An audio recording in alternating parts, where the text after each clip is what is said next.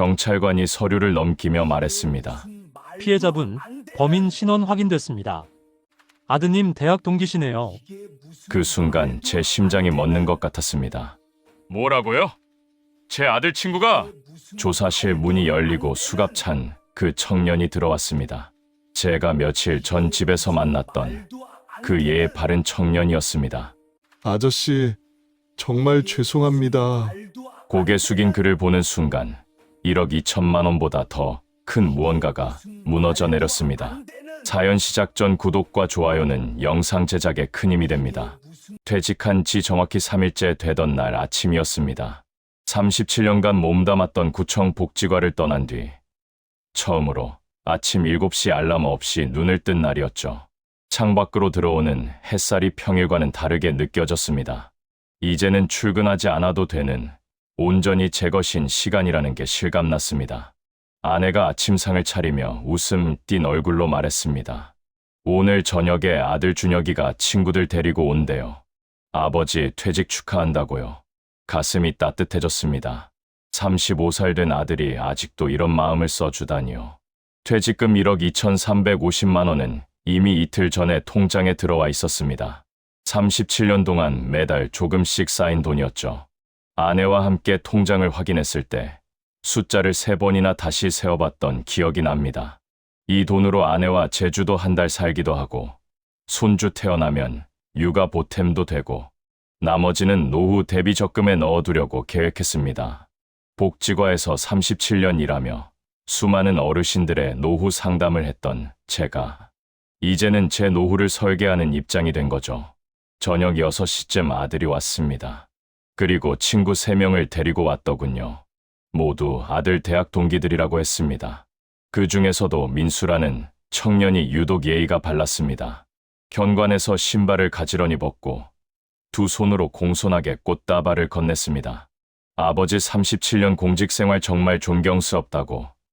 자기 아버지도 공무원이셨는데 얼마나 힘드신지 안다고 했습니다. 목소리도 차분하고 눈빛도 맑았습니다. 아들한테 물으니까 대학 때부터 친하게 지낸 친구래요. 지금은 금융권에서 일한다고 했습니다. 아내가 정성껏 차린 저녁상을 받으며 청년들이 감탄했습니다. 민수는 특히 아내의 잡채를 먹으며 어머니 손맛 같다고, 오랜만에 집밥 먹는 것 같다고 했습니다. 그 말에 아내 얼굴에 웃음꽃이 폈죠. 식사 내내 청년들은 제게 복지 업무 이야기를 물었습니다. 어떤 일이 가장 보람 있었는지, 기억에 남는 사례가 있는지요. 저는 신이 나서 이야기했습니다. 독거노인 분들 찾아다니며 복지 혜택 연결해드린 일, 사기 당하실 뻔한 어르신 급하게 말려드린 일까지요. 민수가 고개를 끄덕이며 들었습니다. 그런 일을 하시는 분이 정말 필요하다고, 사회에 꼭 필요한 분이라고 했습니다. 밤 10시쯤 청년들이 돌아갔습니다. 민수가 마지막으로 인사하며 말했습니다. 아버지 같은 분이 계셔서 이 사회가 따뜻하다고요. 앞으로도 건강하시라고요. 악수를 청하기에 손을 잡았는데 손이 차갑고 부드러웠습니다. 사무실에서 일하는 사람 손이구나 싶었죠. 현관문이 닫히고 아내와 둘이 설거지를 했습니다. 아내가 말했습니다. 준혁이 친구들 참 착하다고요. 특히 민수라는 친구는 정말 예의 바르다고요. 저도 고개를 끄덕였습니다. 아들이 좋은 친구들을 사귀었구나 싶어서 마음이 흐뭇했습니다. 그날 밤 저는 정말 행복한 마음으로 잠들었습니다. 퇴직 후 찾아온 평온함이 이렇게 오래 지속되리라 믿으며요. 이틀이 지난 오후 2시쯤이었습니다. 아내와 함께 거실에서 제주도 한 달 살기 숙소를 알아보고 있었죠. 태블릿으로 바다 보이는 펜션 사진들을 보며 이야기 나누던 참이었습니다. 그때 제 휴대폰이 울렸습니다. 모르는 번호였습니다. 서울 지역번호 02였어요. 요즘 스팸 전화가 많아서 받을까 말까 망설였는데 혹시나 싶어서 받았습니다. 전화기 너머로 차분한 남자 목소리가 들려왔습니다. 금융감독원 금융사기대응팀 박진우 과장이라고 했습니다. 목소리가 어딘가 익숙한 느낌이 들었어요. 어디서 들어본 것 같은데 정확히 기억나지 않았습니다. 그분이 말했습니다. 제 계좌가 보이스피싱 조직의 범죄에 연루되었다고요. 중국 소재 범죄 조직이 제 계좌를 대포 통장으로 사용하려 한다고 했습니다. 순간 심장이 쿵 내려앉았습니다. 37년 공직 생활하면서 단 한 번도 법에 저촉되는 일 없이 살아온 제가 범죄 조직이라니요. 목소리가 떨렸습니다. 저는 그런 거 전혀 모르는데요. 어떻게 된 거냐고 물었죠. 박진우 과장이라는 사람이 침착하게 설명했습니다. 요즘 이런 수법이 많다고요. 개인정보가 유출되면 본인도 모르게 계좌가 범죄에 이용된다고 했습니다. 하지만 지금 신속하게 조치하면 막을 수 있다고요. 그 말에 조금 안심이 됐습니다. 막을 수 있다니까요. 아내가 옆에서 무슨 전화냐고 물었지만 저는 손으로 잠깐만 하라는 신호를 보냈습니다. 박 과장은 계속 말했습니다. 지금 제 계좌에 있는 돈을 안전하게 보호해야 한다고요. 범죄 조직이 이미 제 계좌 정보를 알고 있어서 이 돈을 노리고 있다고 했습니다. 정부에서 지정한 안전계좌로 임시 이전해야 한다고요. 검찰과 금융감독원이 공동으로 운영하는 계좌래요. 거기로 옮겨두면 범죄 조직이 손댈 수 없고 조사 끝나면 다시 돌려받을 수 있다고 했습니다. 목소리가 너무 차분하고 전문적이어서 의심할 여지가 없어 보였습니다. 그런데 이상했던 건 통화 중간중간에 저를 아버지라고 부르는 거였습니다. 고객님이 아니라 아버지라고요. 처음엔 실수인 줄 알았어요. 그런데 2번, 3번 아버지라고 부르더군요. 제가 물었습니다. 왜 저를 아버지라고 부르시냐고요. 그분이 웃으며 말했습니다. 아, 죄송하다고요. 본인 아버지도 공무원 퇴직하셔서 자꾸 말투가 그렇게 나온다고요. 너무 친근하게 대해서 죄송하다고 했습니다. 그 말에 저는 오히려 마음이 풀렸습니다. 아버지를 공무원으로 두신 분이라니 왠지 더 믿음이 갔어요. 박 과장은 지금 당장 조치하지 않으면 오늘 오후 5시까지 계좌가 동결될 수 있다고 했습니다. 그러면 제 돈도 못 찾게 된다고요. 범죄 연루 계좌로 분류되면 최소 6개월은 묶인다고 했습니다. 가슴이 답답해졌습니다. 1억 2천만 원이 6개월이나 묶인다고요. 그 돈으로 아내랑 여행도 가야 하고 손주 태어나면 육아, 보탬도 돼야 하는데요. 박 과장이 말했습니다. 지금 안전계좌 번호 알려드릴 테니 최대한 빨리 송금하시라고요. 늦으면 안 된다고요. 저는 그때 완전히 패닉 상태였습니다.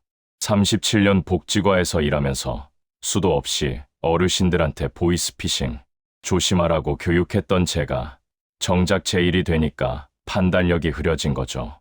아내한테 말했습니다. 금융감독원에서 연락 왔는데 계좌 문제가 생겼대요. 지금 당장 처리해야 한대요. 아내가 놀란 얼굴로 물었습니다. 무슨 문제냐고요. 저는 범죄 조직이 우리 계좌를 노린다고 안전 계좌로 옮겨야 한다고 했습니다. 아내도 겁에 질린 얼굴이었습니다. 1억 2천만 원이 날아갈 수도 있다는 말이에요. 박 과장이 계속 재촉했습니다. 시간이 없다고요.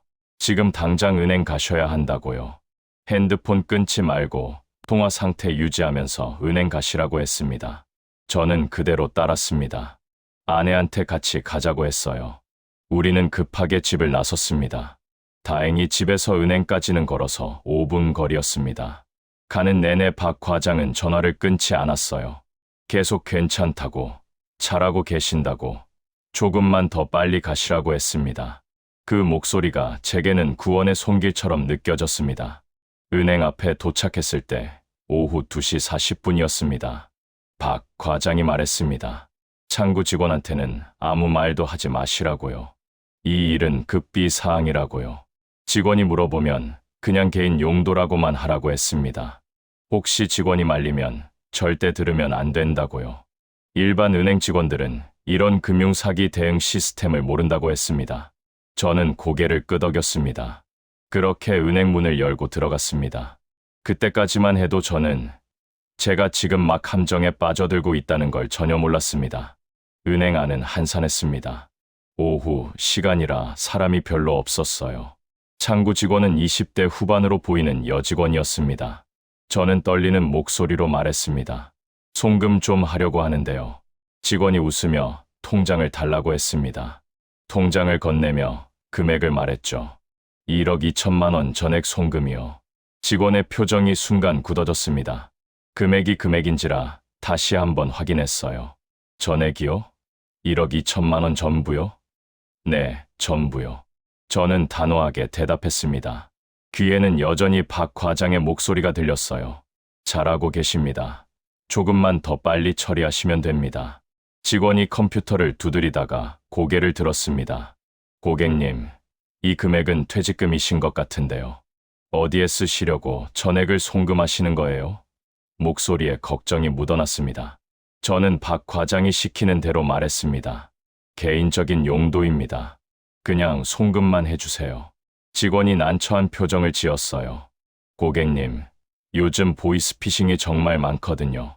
혹시 모르는 사람한테 전화 받으신 거 아니에요? 금융감독원이나 검찰 같은 데서 전화 왔다고 하지 않았나요? 그 말에 제 심장이 철렁했습니다. 어떻게 알았을까요? 하지만 박 과장이 귓가에서 말했습니다. 아버지, 직원 말 들으시면 안 됩니다. 일반 은행 직원들은 금융사기 대응 시스템을 몰라요. 저희 금융감독원 직원만 알고 있는 겁니다. 직원이 말리면 오히려 위험해집니다. 저는 그 말을 믿었습니다. 직원한테 말했죠. 아니에요. 제가 알아서 하는 겁니다. 그냥 송금 처리해 주세요. 직원이 한숨을 쉬며 말했습니다. 정말 괜찮으시겠어요? 이 금액이면 평생 모으신 돈 아닌가요? 한 번만 더 생각해 보세요. 옆에 서 있던 아내도 불안한 표정이었습니다. 여보, 직원분 말씀 들어보는 게 어때요? 정말 우리가 제대로 하는 게 맞는 거예요? 아내의 목소리가 떨렸습니다. 하지만 저는 고개를 저었습니다. 박 과장이 시간이 없다고 계속 재촉했거든요. 지금 오후 3시 10분입니다. 아버지, 5시까지 이 송금이 완료되지 않으면 계좌가 영구 동결될 수 있어요. 그러면 평생 이 돈 못 찾으십니다. 그 말에 저는 더 조급해졌습니다. 직원한테 강하게 말했어요. 빨리 처리해 주세요. 제 돈 제가 송금하는데 왜 이렇게 말이 많습니까? 직원은 결국 포기한 듯 고개를 끄덕였습니다. 알겠습니다, 고객님. 하지만 나중에 문제 생겨도 은행은 책임 못 진다는 거 아시죠? 서류에 사인 하나 더 받아야 해요. 고액 송금 확인서래요. 저는 펜을 잡고 사인했습니다. 손이 떨렸지만 악물고 썼습니다. 박 과장이 계속 격려했어요. 잘하고 계십니다, 아버지. 조금만 더 힘내세요. 곧 끝납니다. 그 목소리가 제게는 유일한 희망이었습니다. 수취인 계좌번호를 입력했습니다. 박 과장이 불러주는 번호를 직원한테 전달했어요. 농협은행 351789247963이요. 직원이 번호를 입력하고 확인 버튼을 눌렀습니다.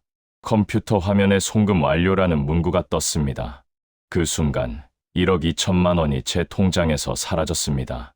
37년 동안 모은 돈이 단 3분 만에 없어진 겁니다. 직원이 영수증을 건네며 한 번 더 말했습니다. 정말 괜찮으시겠어요? 지금이라도 취소 가능한데요. 하지만 저는 고개를 저었습니다. 괜찮습니다. 박 과장이 말했거든요. 송금 완료했으면 이제 안전하다고요. 은행을 나와서 박 과장한테 물었습니다. 이제 됐습니까? 언제 다시 돌려받을 수 있어요? 박 과장이 대답했습니다. 네, 아버지 정말 수고 많으셨어요. 이제 조사 진행하고 일주일 정도 지나면 연락드릴게요. 안전하게 보호되었으니까 걱정 마세요. 그리고 전화가 끊어졌습니다. 뚜 하는 신호음만 남았어요. 저는 핸드폰을 내려다봤습니다. 통화 시간 47분이라고 표시됐습니다. 아내가 물었습니다. 이제 괜찮은 거예요? 저는 고개를 끄덕였습니다. 응, 금융감독원에서 처리했으니까 괜찮을 거야. 하지만 왠지 모르게 가슴 한편이 불안했습니다. 집으로 돌아오는 길, 아내와 나란히 걸으면서도 계속 그 생각만 났어요. 정말 괜찮은 걸까? 은행 직원이 그렇게 말렸는데. 하지만 박 과장은 금융감독원 사람인데 그분 말이 맞을 거라고 스스로를 다독였습니다. 집에 도착해서 소파에 앉았습니다. 오후 4시였습니다. 박 과장한테 전화를 다시 걸어봤어요. 확인하고 싶었거든요. 하지만 전화는 받지 않았습니다. 1번, 2번, 3번 걸었는데도 계속 통화 중이라는 안내만 나왔습니다. 아내가 물었어요. 왜 전화 안 받는 거예요? 저도 모르겠다고 했습니다. 바쁜가 보다고 했죠. 하지만 속으로는 점점 불안이 커졌습니다. 이상했습니다. 분명히 일주일 후 연락 준다고 했는데 왜 전화를 안 받을까요? 그때부터 제 머릿속에 한 가지 생각이 스쳐 지나갔습니다. 설마 내가 당한 건 아니겠지. 하지만 그 생각을 애써 지워버렸습니다. 금융감독원인데 설마요.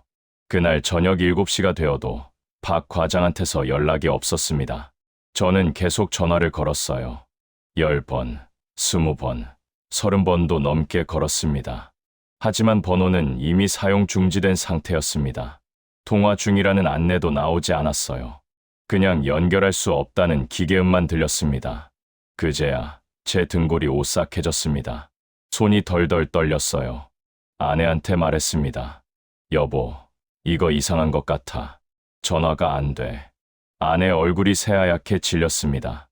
설마 우리 당한 거 아니에요? 저는 급하게 인터넷을 검색했습니다. 금융감독원 보이스피싱, 안전계좌 사기. 검색어를 쳐봤어요. 화면에 뜬 기사들을 보는 순간 머리가 멍해졌습니다. 똑같았습니다. 제가 당한 수법 그대로였어요. 금융감독원 직원 사칭, 계좌 범죄 연루, 안전계좌 이전. 모든 게 교과서적인 보이스피싱 수법이었습니다. 기사에는 이렇게 써 있더군요. 절대 송금하지 말 것. 금융감독원은 전화로 송금 요구 안 함. 안전계좌라는 것 자체가 사기. 제가 37년 동안 어르신들한테 교육했던 바로 그 내용들이었습니다. 무릎에 힘이 풀렸습니다. 소파에 주저앉았어요. 1억 2천만 원이 날아갔다는 게 실감났습니다. 37년 동안 아침 6시에 일어나서 밤 9시까지 일하며 모은 돈이요. 단 한 푼도 함부로 쓰지 않고 회식도 적당히 빠지고 점심도 도시락 싸가며 아꼈던 돈이요. 아내는 그 자리에서 울음을 터뜨렸습니다. 어떡해요? 당신, 우리 노후 자금이 다 날아갔잖아요. 저는 아무 말도 할 수 없었습니다. 제 잘못이었으니까요. 제가 어리석었으니까요. 다음 날 아침 일찍 경찰서에 갔습니다. 신고를 하러요. 담당 형사님이 제 이야기를 듣더니 한숨을 쉬었습니다. 요즘 이런 사기가 정말 많다고 했어요. 하루에도 수십 건씩 신고가 들어온다고요. 하지만 솔직히 돈 찾기는 거의 불가능하다고 했습니다. 사기꾼들이 이미 돈을 빼돌렸을 거라고요. 중국이나 동남아로 빠져나갔을 거래요. 형사님이 물었습니다. 혹시 통화 내용 녹음하셨어요? 아니면 상대방이 한 말 중에 특이한 점 없었어요? 저는 고개를 저었습니다. 녹음은 생각도 못했고 특이한 점이라면 저를 계속 아버지라고 불렀다는 것뿐이었습니다. 형사님이 기록을 작성했습니다. 피해 금액 1억 2천만 원, 송금 계좌번호, 통화 시간, 범행 수법 등등. 서류를 받아들고 집으로 돌아오는데 발걸음이 무거웠습니다. 엘리베이터를 타고 올라가는데 다리에 힘이 없어서 벽에 기댔어요. 현관문을 여는데 손이 떨렸습니다. 아내가 문을 열어줬는데 눈이 퉁퉁 부어 있었습니다. 밤새운 거죠. 저도 말없이 들어가서 소파에 앉았습니다. 오후쯤 아들 준혁이한테 전화가 왔습니다. 아버지, 무슨 일 있어요? 엄마가 전화해서 울기만 하시던데요. 저는 한참을 말을 못하다가 결국 털어놨습니다. 준혁아, 아버지가 실수를 했다. 보이스피싱에 당했어. 퇴직금 전부 날렸다. 전화기 너머로 한동안 침묵이 흘렀습니다. 그러더니 준혁이가 물었어요. 얼마요? 저는 작게 대답했습니다. 1억 2천만 원. 전액이야. 준혁이 목소리가 떨렸습니다. 아버지가 어떻게? 아버지가 복지과에서 37년 동안 일하시면서 어르신들한테 사기 조심하라고 교육하신 분이잖아요. 그런 아버지가 어떻게 보이스피싱에 당하세요? 말이 돼요. 그 말에 제 가슴이 찢어지는 것 같았습니다. 아들 말이 맞았으니까요. 준혁이가 계속 말했습니다. 제 학비는 그렇게 아끼시면서요. 제가 대학교 4년 내내 알바하면서 다녔잖아요.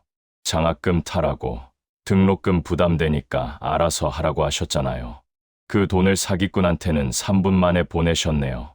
저는 아무 말도 할 수 없었습니다. 준혁이 말이 칼처럼 박혔어요. 맞는 말이었으니까요. 저는 아들 교육비는 아껴야 한다고 생각했습니다.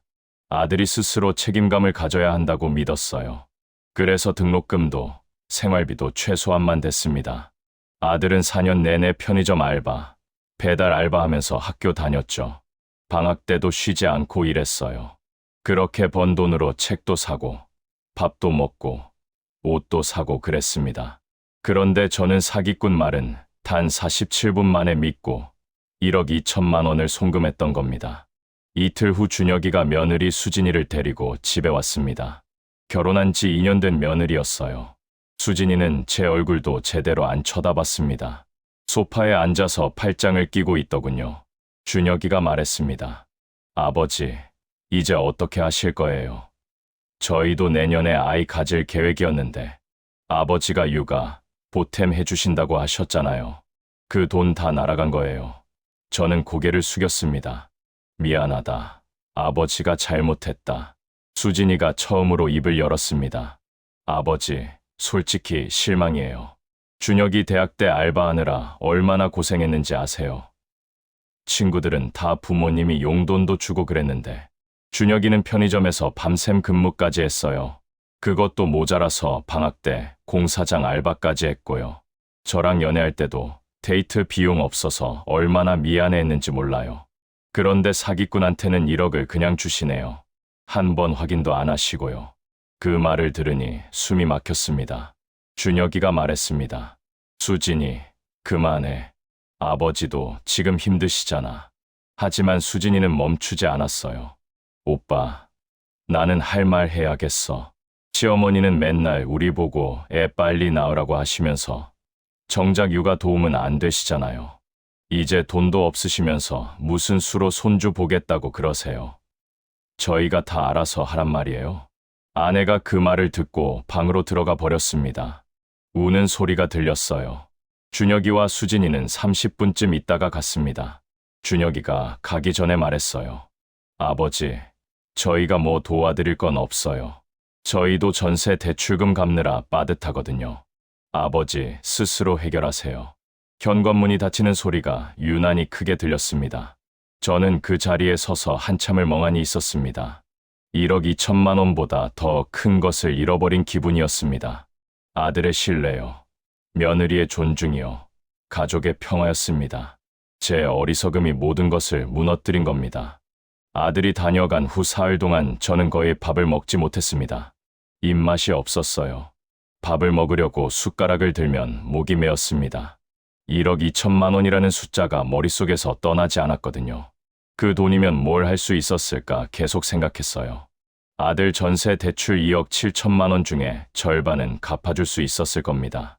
손주 태어나면 육아용품 사주고 분유값 1년치는 대줄 수 있었겠죠. 아내랑 제주도 한 달 살기는 물론이고 유럽 여행도 갈 수 있었을 거예요. 하지만 이제 그 모든 게 불가능해졌습니다. 아내는 저와 말을 거의 하지 않았습니다. 밥상을 차려주긴 했는데 같이 먹지 않았어요. 저 혼자 식탁에 앉아서 먹었습니다. 아내는 방에서 나오지 않았죠. 가끔 우는 소리가 들렸어요. 35년을 함께 살아온 아내였습니다. 젊었을 때 가난하게 시작해서 둘이 악착같이 모아서 집도 마련하고 아들 키우고 여기까지 왔는데요. 제 한 번의 실수로 모든 게 무너진 겁니다. 아내한테 미안하다고 말했습니다. 여보, 정말 미안해. 내가 잘못했어. 하지만 아내는 대답하지 않았어요. 그냥 등을 돌리고 누워 있었습니다. 일주일쯤 지났을 때 같은 동네 사는 친구 성우한테서 연락이 왔습니다. 성우도 저처럼 작년에 공무원 퇴직한 친구였어요. 30년 넘게 알고 지낸 사이죠. 전화를 받았더니 성우가 물었습니다.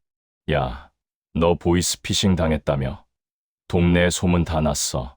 가슴이 철렁했습니다. 벌써 소문이 났나 싶었어요.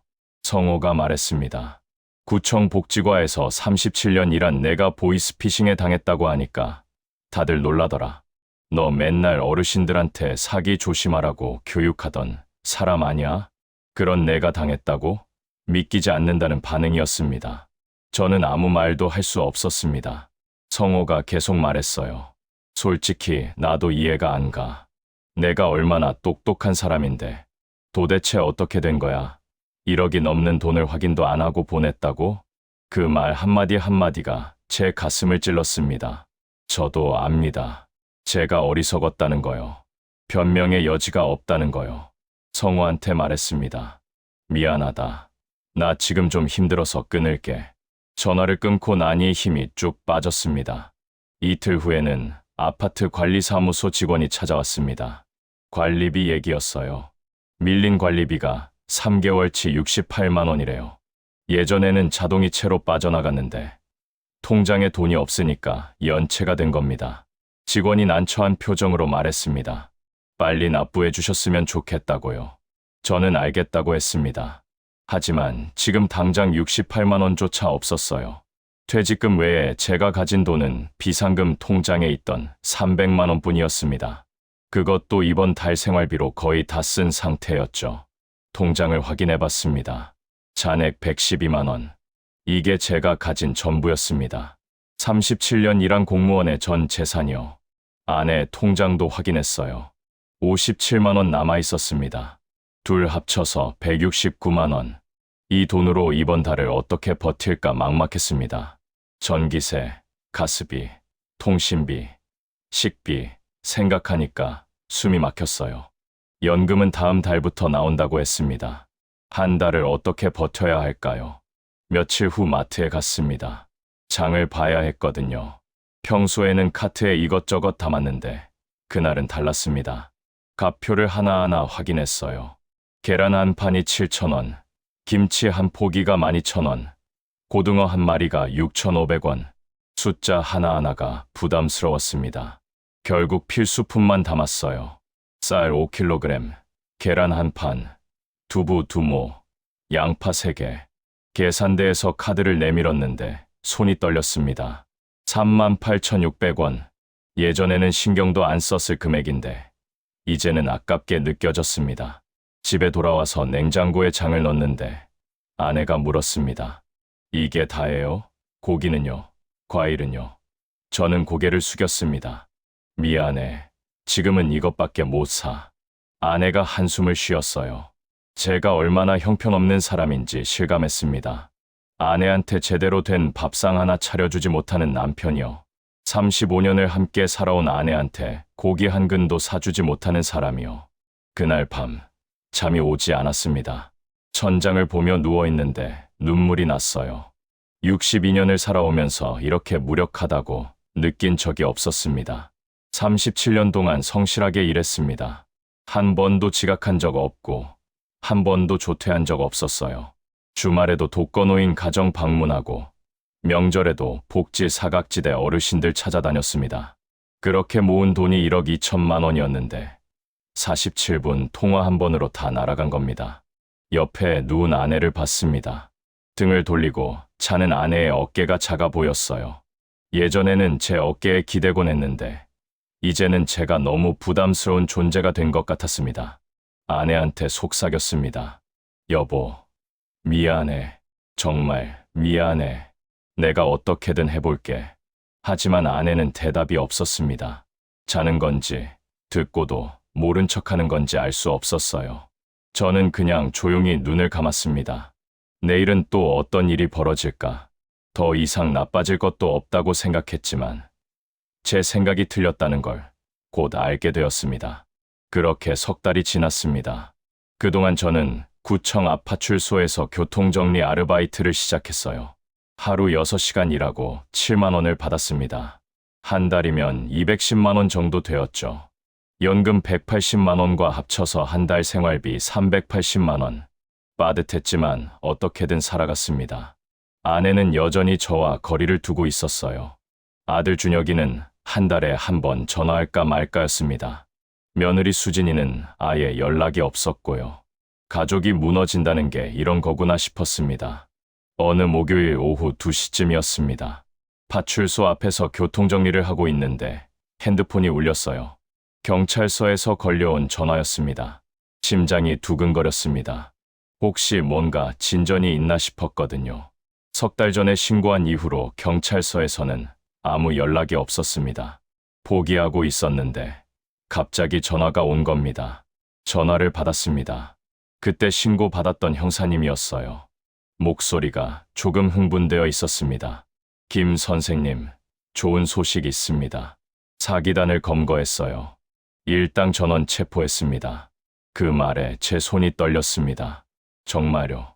정말 잡았어요? 형사님이 대답했습니다.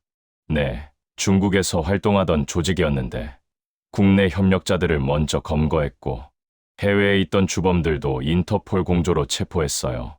총 13명입니다. 가슴이 뛰었습니다. 그럼 제 돈은요? 돌려받을 수 있어요.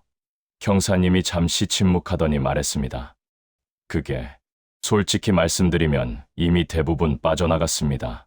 회수 가능한 금액은 전체 피해액의 15% 정도예요. 김 선생님 경우에는 약 1,800만 원 정도 돌려받으실 수 있을 것 같습니다. 1억 2천만 원 중에 1,800만 원, 15%도 안 되는 금액이었습니다. 하지만 그것도 감사했습니다. 한 푼도 못 받을 줄 알았거든요. 형사님이 말을 이었습니다. 그리고 김 선생님, 한 가지 더 말씀드릴 게 있는데요. 이번 사건 용의자 중에 김 선생님 아드님이 아시는 분이 있습니다. 그 말에 제 심장이 철렁 내려앉았습니다. 뭐라고요? 제 아들이 아는 사람이요? 형사님이 조심스럽게 말했습니다. 네, 신원 확인 결과 용의자 중 한 명이 아드님 대학 동기로 나왔어요. 이름이 정민수, 35살인데 혹시 아시나요? 정민수. 그 이름을 듣는 순간 머릿속이 하얘졌습니다. 석 달 전 아들이 친구들 데리고 집에 왔을 때 그 예의 바른 청년, 두 손으로 꽃다발을 건네주고 아버지 37년 공직생활 존경스럽다고 했던 그 청년, 아내 잡채 먹으며 어머니 손맛 같다고 했던 그 사람, 마지막에 악수하며 따뜻한 사회를 만드는 분이라고 했던 바로 그 민수였습니다. 손에 들고 있던 교통지도 깃발이 떨어졌습니다. 주변에서 차가 지나가는 소리도 들리지 않았어요. 형사님 목소리만 귓가에 울렸습니다. 김 선생님, 괜찮으세요? 제가 물었습니다. 그 사람이 정말 범인이 확실합니까? 형사님이 대답했습니다. 네.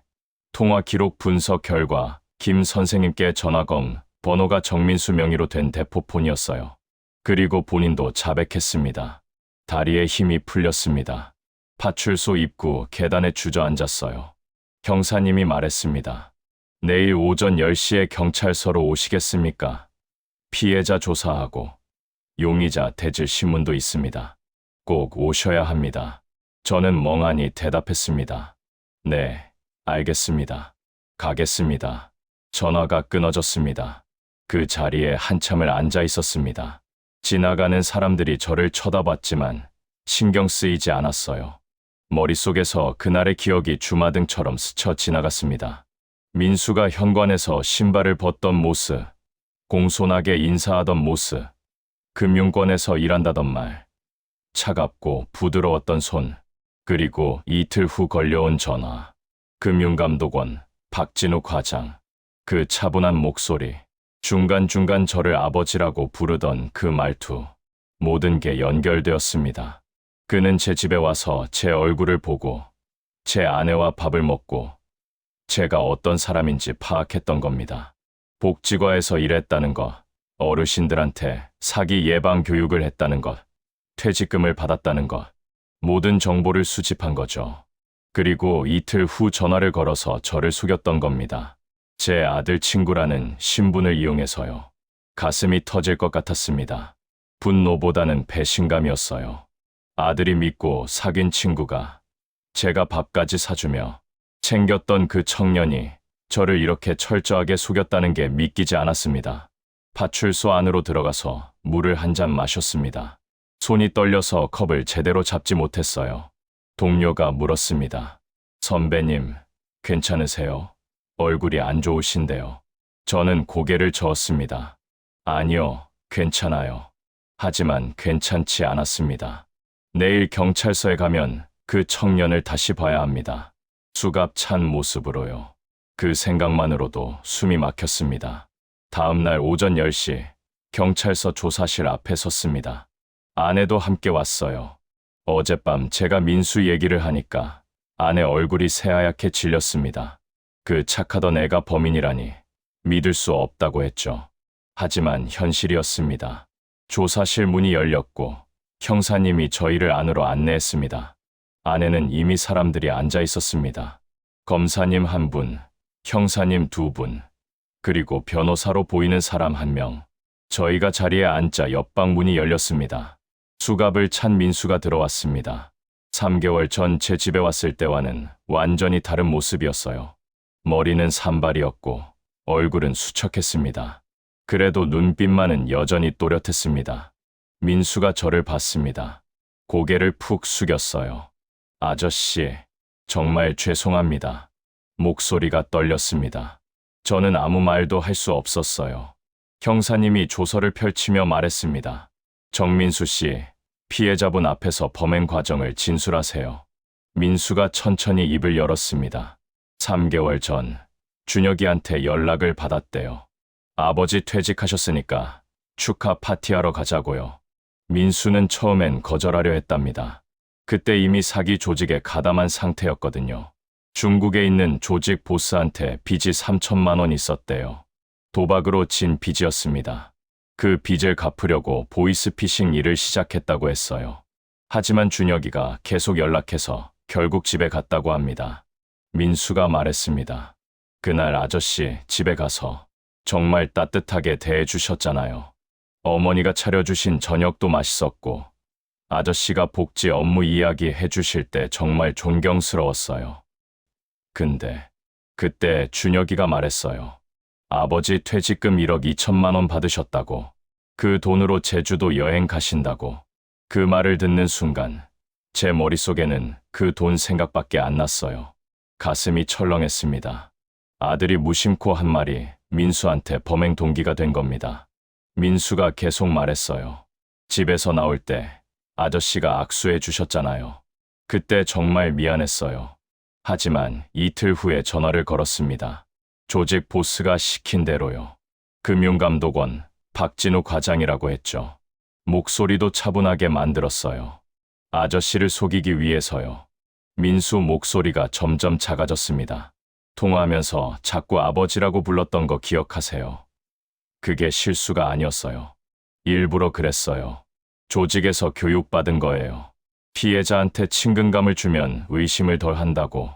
그래서 저는 아저씨를 계속 아버지라고 불렀어요. 제 아버지처럼요. 그러면 아저씨가 더 믿으실 거라고 생각했어요. 옆에 앉은 아내가 떨리는 목소리로 물었습니다. 넌 우리 집에서 밥을 먹으면서도 그런 생각을 했니? 우리가 널 친자식처럼 대했는데. 민수가 고개를 더 숙였습니다. 죄송합니다, 어머니. 정말 죄송합니다. 아내가 울음을 터뜨렸어요. 저는 아내 손을 잡았습니다. 형사님이 물었습니다. 송금 받은 돈은 어떻게 했습니까? 민수가 대답했습니다. 조직 보스한테 7천만 원 보냈어요. 제 빚 3천만 원 갚고 나머지는 조직 몫이라고 했어요. 저는 2천만 원 받았습니다. 그 돈으로 도박을 또 했어요.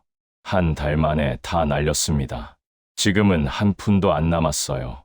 1억 2천만 원 중에 7천만 원은 중국으로 빠져나갔고 2천만 원은 민수가 도박으로 날렸고 나머지 3천만 원은 다른 조직원들이 나눠 가졌다고 했습니다. 경찰이 회수한 1,800만 원은 다른 조직원 통장에서 압류한 돈이었어요. 민수 몫에서 나온 건 단 한 푼도 없었습니다. 검사님이 민수한테 물었습니다. 피해자가 복지과에서 일하셨다는 거 알면서도 범행을 저질렀습니까? 민수가 대답했습니다. 네, 알고 있었습니다. 오히려 그래서 더 쉬운 표적이라고 생각했어요. 복지과 공무원들은 착하고 사람을 의심 안 한다고 조직에서 배웠거든요. 실제로도 그랬어요. 아저씨는 저를 끝까지 믿어주셨어요. 그 말에 제 가슴이 찢어지는 것 같았습니다. 제 선함이, 제 신뢰가 오히려 약점이 된 겁니다. 형사님이 물었습니다. 피해자분께 할 말 없습니까? 민수가 저를 똑바로 쳐다봤어요. 눈에 눈물이 고여 있었습니다. 아저씨, 정말 죄송합니다. 변명의 여지가 없어요. 제가 인간 쓰레기입니다. 아저씨가 37년 동안 모은 돈을 제가 한 달 만에 날렸어요. 그것도 도박으로요. 용서 안 구합니다. 용서받을 자격도 없어요. 그냥 정말 죄송하다는 말만 하고 싶어요. 저는 민수를 보며 물었습니다. 준혁이는 알아? 내가 이런 짓 한 거. 민수가 고개를 저었어요. 모를 겁니다. 준혁이한테는 연락 안 했어요. 창피해서요. 제 얼굴 볼 면목이 없어서요. 저는 한숨을 쉬었습니다. 준혁이한테 알려야겠다고 생각했어요. 아들이 알아야 했습니다. 자기 친구가 무슨 짓을 했는지요. 조사가 끝나고 조사실을 나왔습니다. 복도에서 형사님이 말했습니다. 김 선생님, 정민수는 징역 5년 이상 선고받을 겁니다. 다른 피해자들도 많거든요. 총 피해액이 18억 원입니다. 저는 고개를 끄덕였습니다. 형사님이 또 말했어요. 1,800만 원은 다음 주에 돌려드릴 수 있을 것 같습니다. 계좌번호 알려주시면 입금하겠습니다. 경찰서를 나와서 아내와 함께 걸었습니다. 아내가 물었어요. 당신 괜찮아요? 저는 고개를 끄덕였습니다. 응, 괜찮아. 이제 진실을 알았으니까. 하지만 괜찮지 않았습니다. 민수가 수갑 찬 모습이 자꾸 떠올랐어요. 그 착하던 청년이 어떻게 이렇게 변했을까? 도박이 사람을 이렇게 망가뜨리는구나 싶었습니다. 동시에 제 자신도 미웠습니다. 왜 그때 의심하지 못했을까? 왜 은행 직원 말을 듣지 않았을까? 후회가 밀려왔습니다. 그날 저녁 아들 준혁이한테 전화를 걸었습니다. 준혁아, 아빠야. 너 지금 시간 있니? 준혁이가 대답했어요. 네, 아버지. 무슨 일이세요? 저는 심호흡을 하고 말했습니다. 민수 말인데. 내 친구 정민수. 그 친구가 아빠한테 보이스피싱 친 범인이야. 오늘 경찰서에서 대질 조사받았어. 전화기 너머로 긴 침묵이 흘렀습니다. 10초쯤 지나서 준혁이가 물었어요. 뭐라고요? 민수가요? 그게 무슨 소리예요? 저는 천천히 설명했습니다. 3개월 전 내가 민수 데리고 집에 왔잖니. 그때 민수가 아빠 퇴직금 얘기 듣고 이틀 후에 전화해서 사기친 거야. 1억 2천만 원 다 민수가 가져간 거였어. 준혁이가 숨을 헐떡였습니다. 아버지, 그럼 제 잘못이에요. 제가 민수를 집에 데려갔고, 제가 퇴직금 얘기를 했고, 목소리가 떨렸어요. 저는 말했습니다. 아니야, 준혁아. 네, 잘못 아니야. 민수가 선택한 거지. 내가 어떻게 알았겠니? 아빠도 속았는데. 준혁이가 한참 울더니 말했습니다. 아버지, 정말 죄송해요. 제가 그때 아버지한테 너무 심하게 말했어요. 사기꾼한테는 1억을 준다고, 제 학비는 아낀다고, 그런 말 했잖아요. 제가 정말 나쁜 자식이에요. 저는 고개를 저었습니다. 아니야. 그때 내 말도 맞았어. 아빠가 정말 어리석었으니까. 이틀 후, 준혁이가 집에 왔습니다. 혼자 왔어요. 현관문을 열자마자 절을 했습니다. 아버지, 어머니, 정말 죄송합니다. 제가 못난 친구를 사귀어서, 제가 입이 가벼워서, 저 때문에 이런 일이 생긴 거예요. 아내가 준혁이를 일으켜 세웠습니다. 됐어, 준혁아. 네, 잘못 아니야. 일어나. 준혁이가 봉투 하나를 꺼냈습니다. 아버지, 이거 제가 3년 동안 모은 돈이에요. 2천만 원입니다. 많지 않지만 받아주세요. 저는 고개를 저었어요. 안 돼, 준혁아. 이건 내 돈이잖아. 너 수진이랑 애기 낳을 거라며. 이 돈 필요하잖아. 하지만 준혁이가 우겼습니다. 아버지, 제발요. 이거라도 받아주세요. 그래야 제가 잠을 잘 수 있어요. 결국 받았습니다. 준혁이 마음을 받아주는 게 맞다고 생각했어요. 준혁이는 그날 저녁을 같이 먹고 갔습니다. 오랜만에 가족끼리 밥을 먹었어요. 아내가 준혁이 좋아하는 된장찌개를 끓였습니다. 식탁에서 준혁이가 말했습니다. 아버지, 민수 면회 가봤어요. 그 친구, 많이 후회하고 있었어요. 저는 고개를 끄덕였습니다. 그래, 이제 와서 후회해봤자 소용없지만 일주일 후 경찰서에서 연락이 왔습니다. 1,800만 원이 제 통장에 입금됐어요. 통장을 확인하며 복잡한 기분이 들었습니다. 1억 2천만 원 중에 1,800만 원, 15%, 아들이 준 2천만 원 합치면 3,800만 원이었습니다. 원래 금액의 32%, 그래도 없는 것보다는 나았습니다. 그날 저녁, 아내와 함께 산책을 나갔습니다. 오랜만이었어요. 석양이 지는 하늘을 보며 걸었습니다. 아내가 제 손을 잡았어요. 3개월 만에 처음이었습니다. 저는 아내 손을 꼭 잡았습니다. 따뜻했어요. 아내가 말했습니다. 여보, 우리 그래도 살아있잖아요. 건강하잖아요. 저는 고개를 끄덕였습니다. 그래, 맞아. 우리 살아있어. 파출소 교통정리 일은 계속했습니다. 이제는 익숙해졌어요. 하루 7만 원이지만 성실하게 일했습니다. 지나가는 어르신들이 인사해 주실 때면 기분이 좋았어요. 제가 아직 쓸모 있는 사람이라는 느낌이 들었습니다. 1억 2천만 원은 날아갔지만 제 삶은 계속되고 있었습니다. 그게 중요했습니다. 1년이 지났습니다. 저는 여전히 파출소 앞에서 교통정리를 하고 있습니다. 아내는 요즘 복지관에서 자원봉사를 시작했어요.